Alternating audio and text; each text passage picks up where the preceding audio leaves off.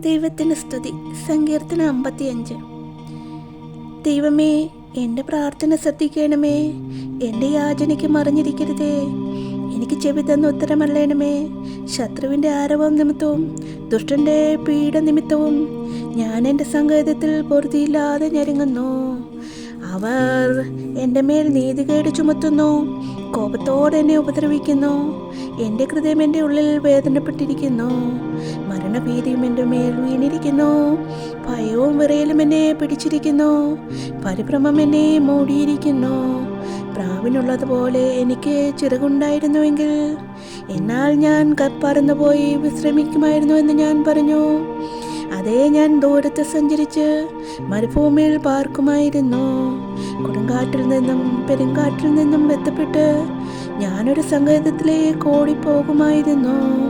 കർത്താവെ, സംഹരിച്ച് അവരുടെ നാവുകളെ ചീന്തിക്കളയണമേ. ഞാൻ നഗരത്തിൽ അതിക്രമവും കലഹവും കണ്ടിരിക്കുന്നു. രാവും പകലും അവർ അതിൻ്റെ മതിലുകളിന്മേൽ ചുറ്റി സഞ്ചരിക്കുന്നു. നീതികേടും കഷ്ടവും അതിൻ്റെ അകത്തുണ്ട്.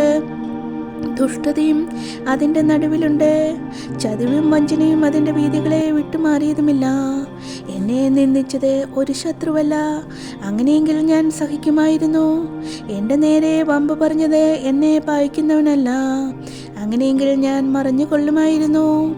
നീയോ എന്നോട് സമനായ മനുഷ്യനും എൻ്റെ സഖിയും എൻ്റെ പ്രാണസ്നേഹിതനുമായിരുന്നു.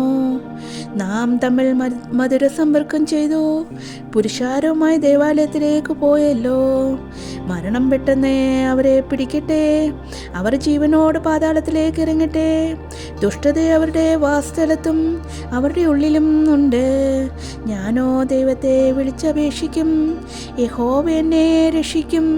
ഞാൻ വൈകുന്നേരത്തും കാലത്തും ഉച്ചയ്ക്കും സങ്കടം ബോധിപ്പിച്ചു കരയും. അവൻ എൻ്റെ പ്രാർത്ഥന കേൾക്കും. എന്നോട് കയർത്ത് നിന്നവർ അനേകരായിരിക്കെ ആരും എന്നോട് അടുക്കാത്തവണ്ണം അവൻ എൻ്റെ പ്രാണനെ വീണ്ടെടുത്ത് സമാധാനത്തിലാക്കി. ദൈവം കേട്ടു അവർക്ക് ഉത്തരമരുളും. പുരാതനമേ, സിംഹാസനസ്ഥനായവൻ തന്നെ.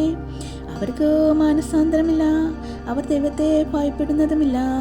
തന്നോട് സമാധാനമായിരിക്കുന്നവരെ കയ്യേറ്റം ചെയ്ത് തൻ്റെ സഖ്യത അവർ ലംഘിച്ചുമിരിക്കുന്നു. അവൻ്റെ വായ് വെണ്ണ പോലെ മൃദുവായത്, ഹൃദയത്തിലോ യുദ്ധമത്രേ. അവൻ്റെ വാക്കുകൾ എന്നേക്കാൾ മായമുള്ളവ, എങ്കിലും അവ ഊരിയ വാളുകളായിരുന്നു. നിന്റെ ഭാരം യഹോവയുടെ മേൽ വെച്ചുകൊള്ളുക. അവൻ നിന്നെ പുലർത്തും.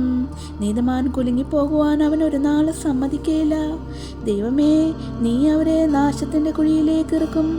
രക്തപ്രിയവും വഞ്ചനയുമുള്ളവൻ ആയുസിൻ്റെ പകുതിയോളം ജീവിക്കുകയില്ല. ഞാനോ നിന്നിൽ ആശ്രയിക്കും.